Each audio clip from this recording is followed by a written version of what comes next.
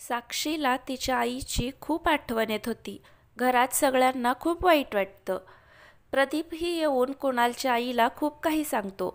साक्षी झोपली होती. कुणाल रूममध्ये येतो. तिच्या निरागस चेहऱ्याकडे एकटक बघत होता. नकळत त्याच्या डोळ्यात पाणी येतं. तो तिच्या जवळ जातो. ए बायको, किती उशीर झोपली आहेस? उठ लवकर, तो तिच्या गालाला हात लावत बोलतो. तो त्याचा हात लगेच पाठीमागे घेतो. तिला खूप ताप आला होता. त्याला खूप टेन्शन आलं होतं.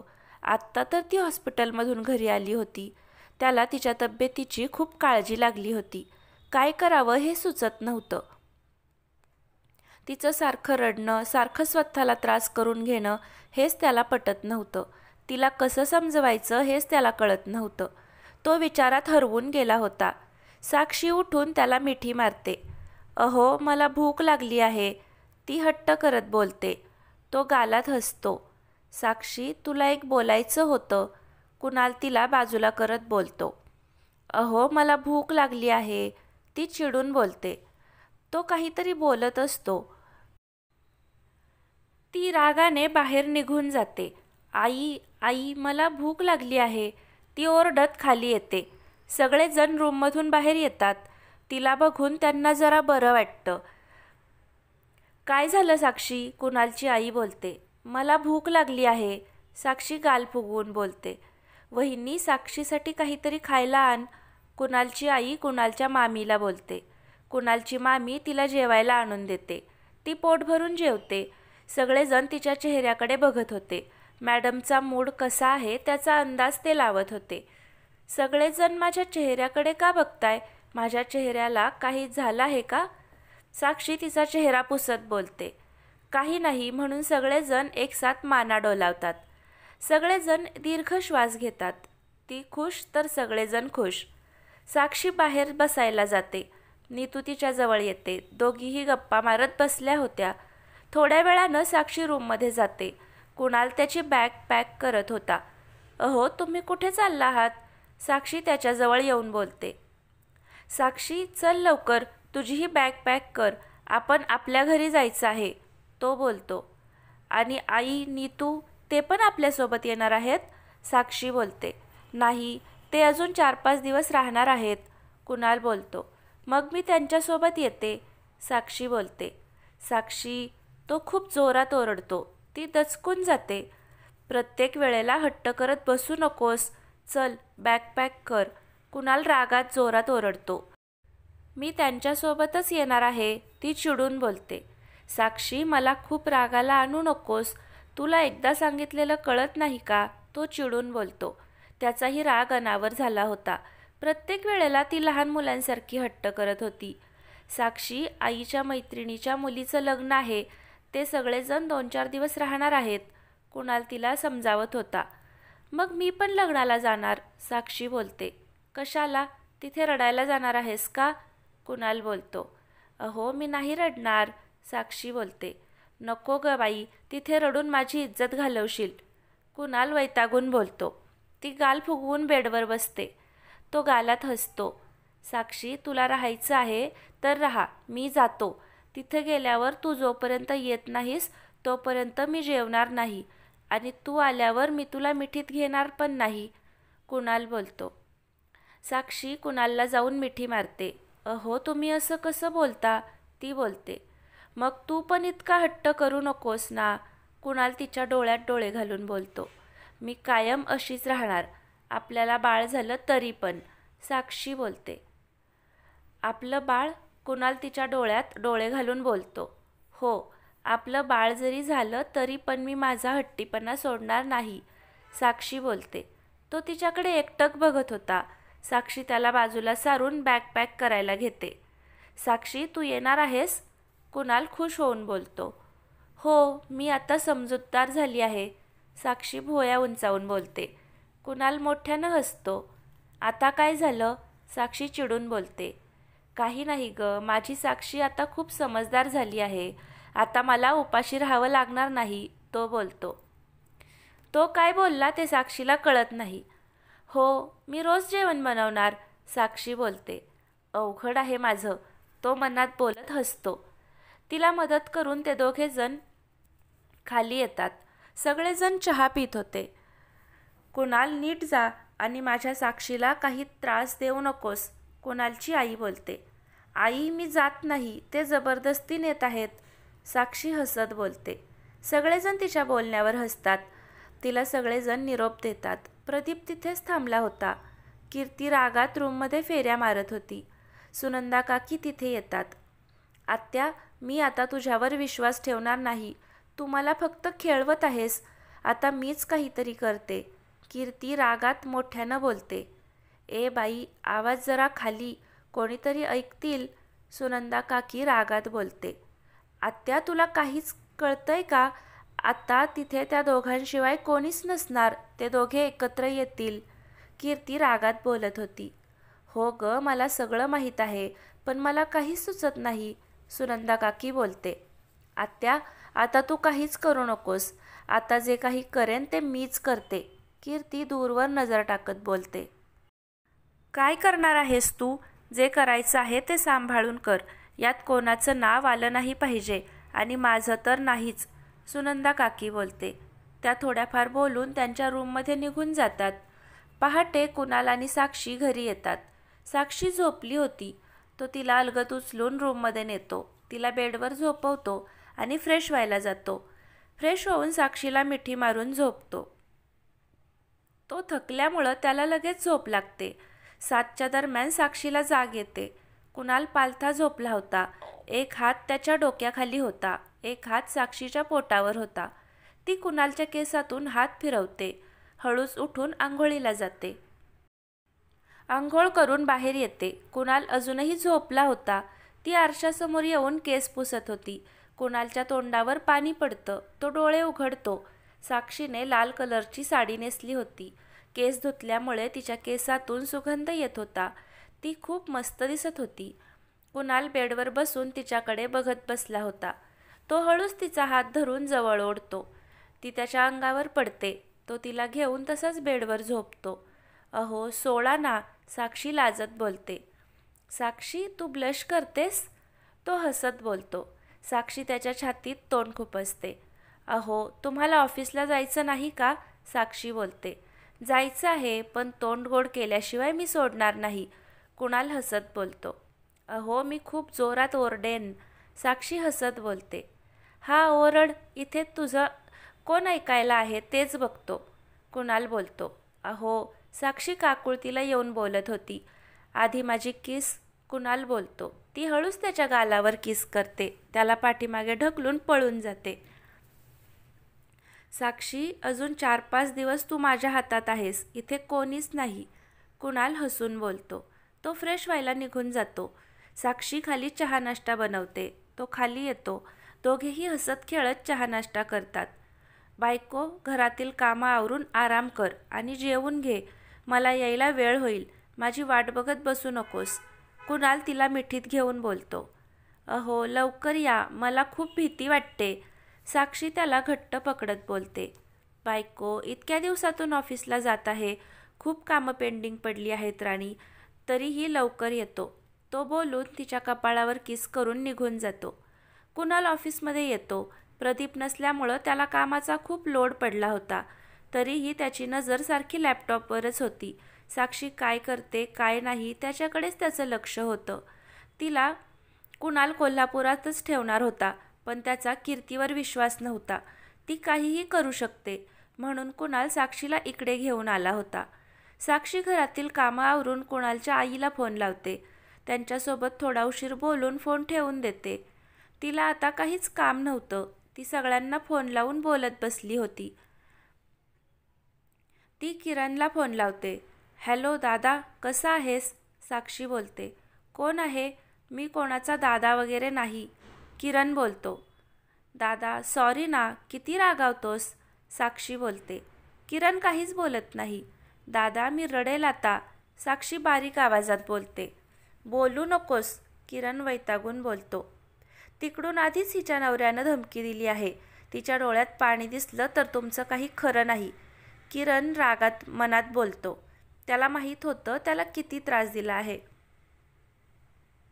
दादा, बोल की, साक्षी बोलते. तो लगेच भानावर येतो.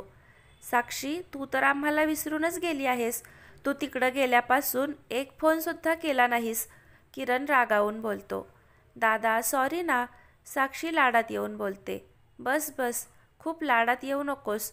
तुझा लाड तुझा नवरा करतोय म्हणून आम्ही करणार नाही, किरण गालात हसत बोलतो. दादा, माझ्या नवऱ्याला काही बोलायचं नाही हा, ते माझा खूप लाड करतात. तुला काही गरज नाही माझा लाड करायची, साक्षी गाल फुगवून बोलते. साक्षी, मी मुद्दाम बोललो. तुझा लाड केला नाही तर इथे तुझी मावशी कसली डेंजर आहे माहीत आहे ना, किरण हसत बोलतो. बरं दादा, सगळेजण कसे आहेत, साक्षी बोलते. सगळेजण मजेत आहेत. आणि साक्षी, इकडे यायचं आहे की नाही?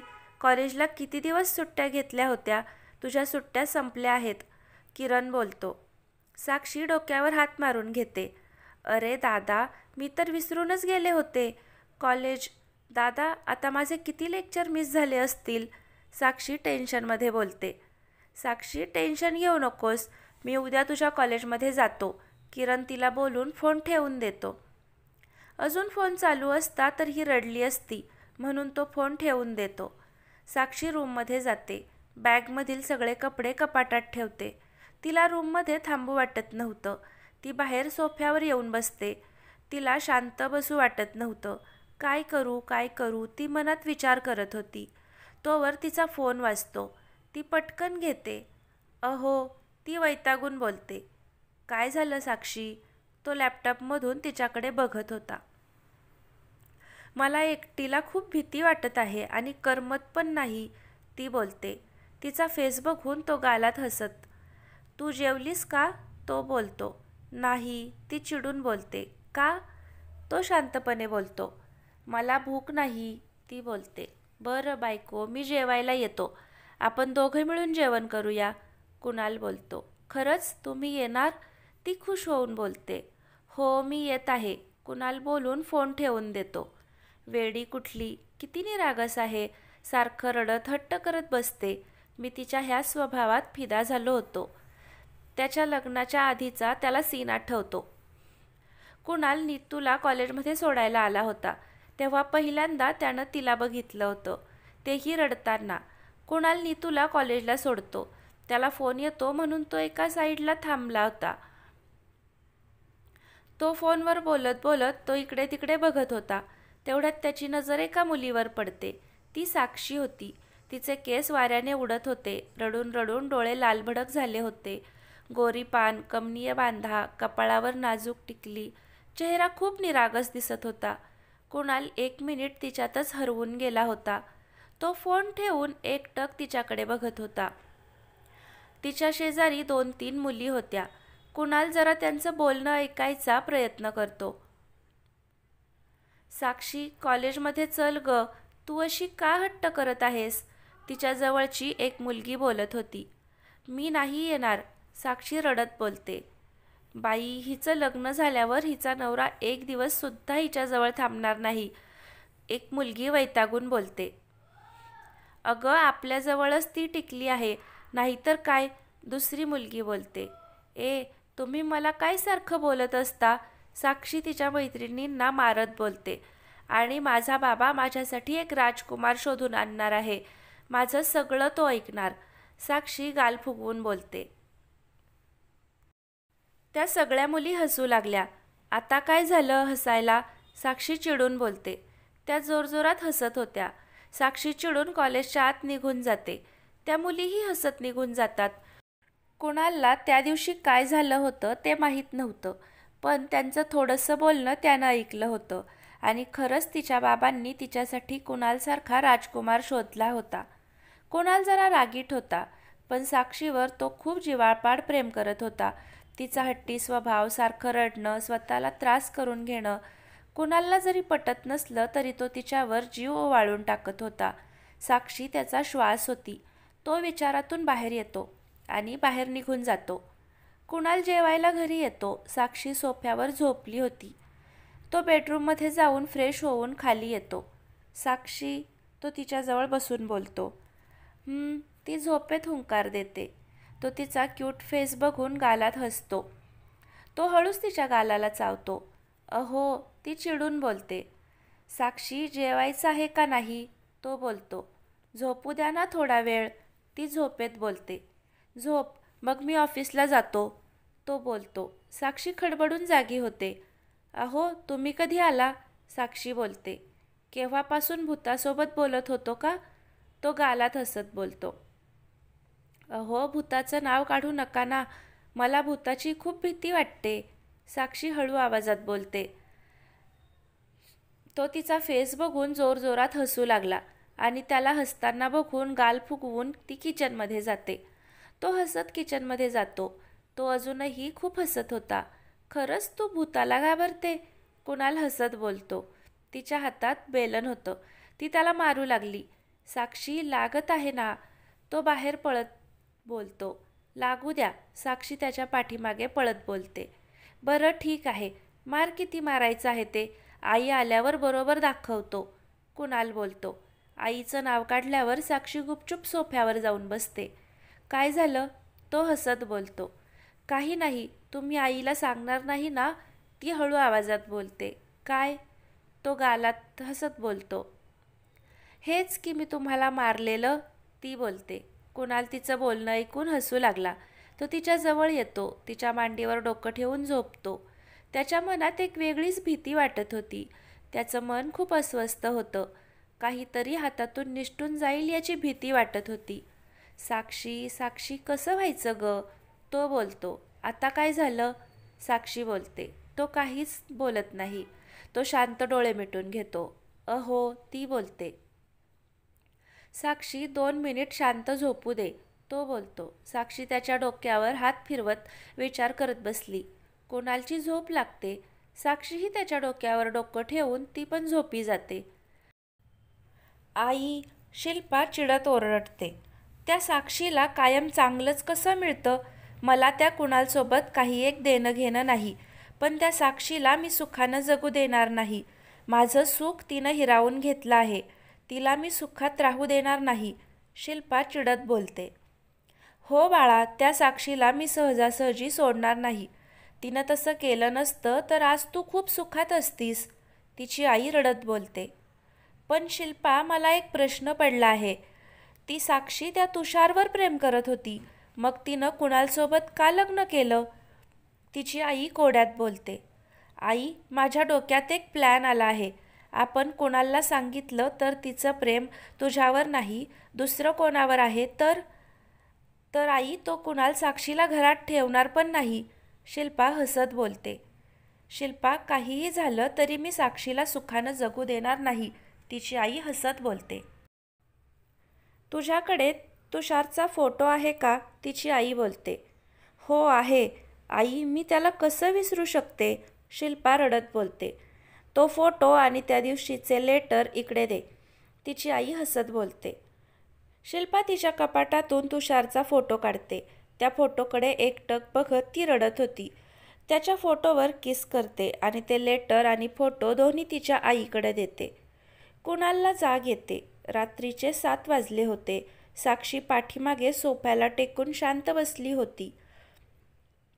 साक्षी, कसला विचार करतेस? कुणाल काळजीनं बोलतो. काही नाही. अहो, किरण दादाचा फोन आला होता. तो माझ्या कॉलेजबद्दल विचारत होता. ती हळूच बोलते. मग काय झालं? तो विचारतो. अहो, माझ्या सुट्ट्या संपल्या आहेत. मला आता जावं लागेल. साक्षी रडकुंडीला येत बोलते. तो उठून बसतो. तिला आपल्या मिठीत घेतो. साक्षी, मी बघतो तुझं ॲडमिशन इकडं घेता येईल का ते. तो शांतपणे बोलतो. खरंच? ती खुश होऊन बोलते.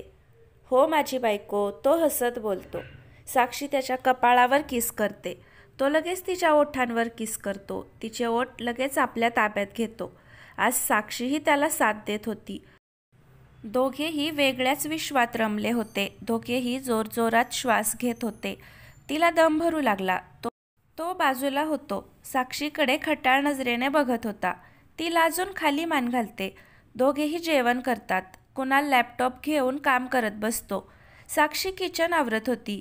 तो त्याचं काम झाल्यावर किचनमध्ये जातो. तो तिला पाठीमागून मिठी मारतो. तिच्या मानेत तोंड खुपसतो. साक्षीच्या अंगावर शहारे येतात. अहो, मी काम करते ना. ती लाजून बोलते. तो तिला किचनवर बसवतो. तिचे ओठ आपल्या ओठात घेतो.